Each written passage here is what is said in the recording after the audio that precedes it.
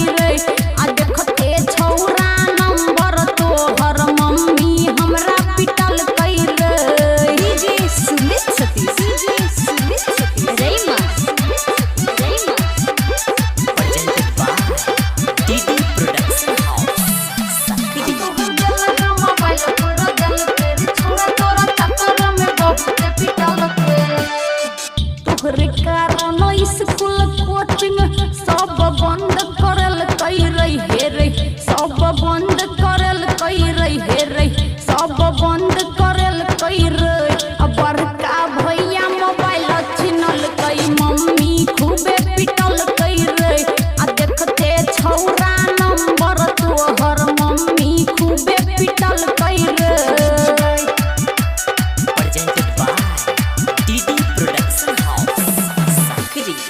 बात बढ़लई सब हंसलई, थाना में रेफर भेलई रे बात, थाना में रेफर भेलई रे बात, थाना में रेफर भेलई रे। तोहरे कारण सुन रही छुछुनरा मम्मी हमरा पिटल कई रे। देखते छौरा नंबर तोहर मम्मी हमरा पिटल कई रे। डीजे सुमित सतीश, डीजे सुमित सतीश रेमा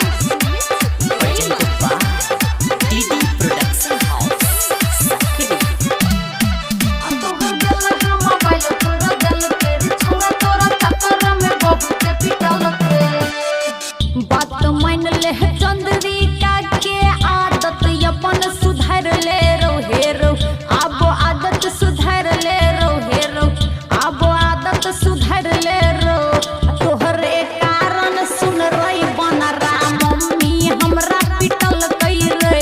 देखते छौरा नंबर तोहर मम्मी खूबे पिटल कई रे। Recording by DD production house Sakri 97 084 45 722।